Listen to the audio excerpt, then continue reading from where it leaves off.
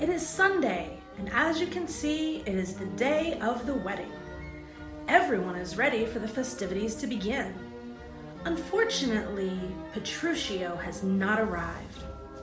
No one has heard from him since he departed for Venice to buy himself some wedding finery.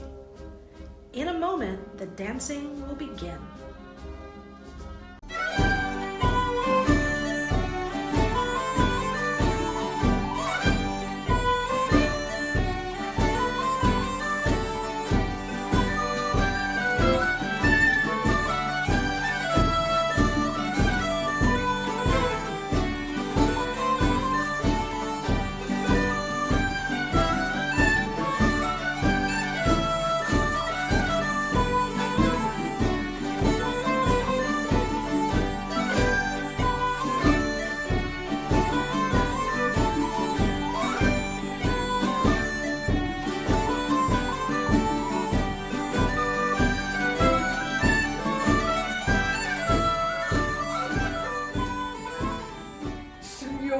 Lucentio, is this the appointed day that Catherine and Petruchio should be married? And yet we hear not of our son-in-law. What says Lucentio to this shame of ours? No shame of mine. I am first to give my hand to a man who has rude and haste and means to wed at leisure.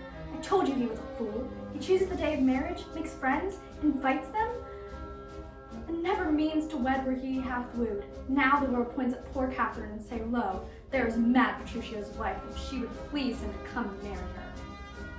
Patience, good Catherine, and Batista too. Upon my life, Petruchio means but well. I know him to be honest.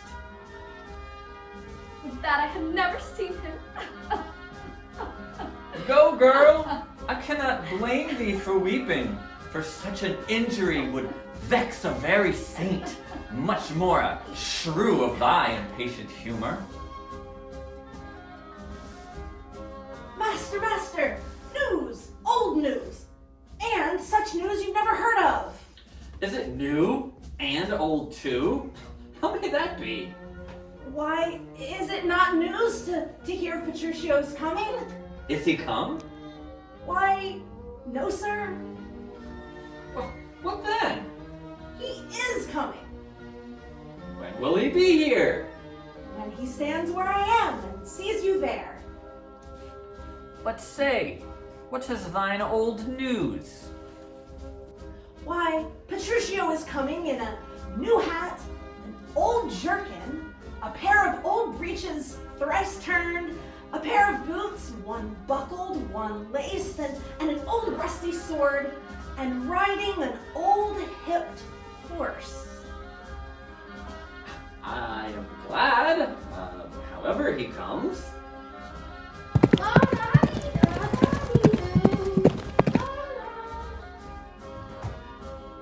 Batista is shocked by Petruchio's appearance.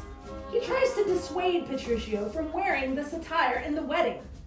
However, Petruchio has no intention of changing and goes to find Catherine. Were it not better I should rush in thus? To me she's married, not to my clothes. But where is Kate? Where is my lovely bride?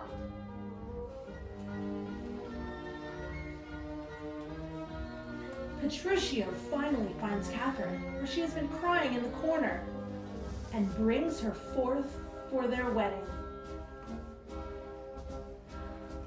The guests all assemble for the wedding that is about to take place.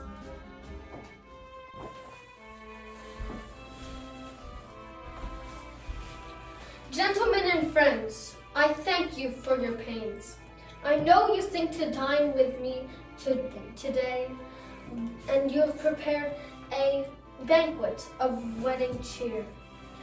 But so my haste doth call me hence, and therefore here I mean to take my leave. Is it possible you will away tonight? I must away today, before night comes. I thank you all who have watched me marry this most patient, sweet, and virtuous one. Dine with my father, drink a health to me, and farewell to you all. Catherine can't believe what she has just heard, and declares she will not go. Petruchio draws his sword, pretending that Baptista and the others are his enemies, attempting to hold her against her will. With a flourish, he takes his bride and leaves. The astonished wedding guests agree that Catherine has finally met her match. Had they not gone quickly, I should die with laughing. Of all the mad matches, never was the like. Mistress, what is your opinion of your sister? That being mad herself, because Mommy makes him.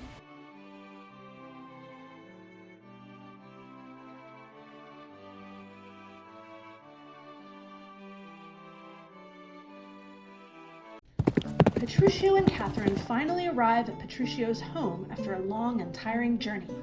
Catherine is exhausted, having been thrown in the mud by her horse, only to have no help in getting up because Petruchio is so busy berating a servant for allowing the horse to fall. Is she a shrew, as she's reported? She was before the frost. But where tames man, woman, and beast? Wilt thou make a fire, or shall I complain on thee to our mistress?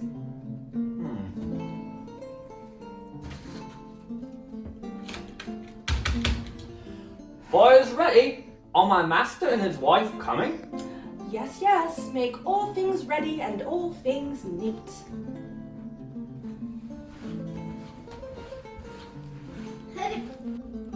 Rascal, go and fetch my supper in. Kate, sit down. And welcome. Food. Good sweet Kate, be merry.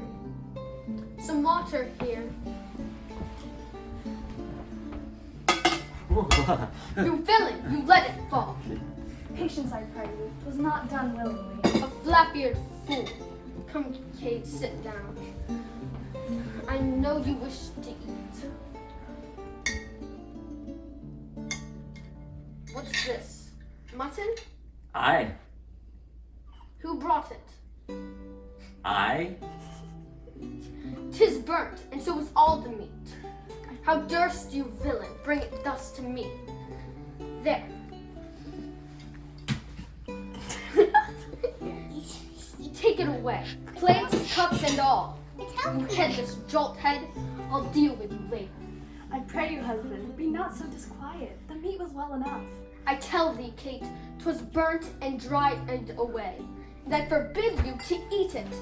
It is better that both of us fast than feed ourselves with such over-roasted flesh. Be patient. Tomorrow the problem will be mended, and for this night we'll fast. Come, I will bring thee to the bridal chamber.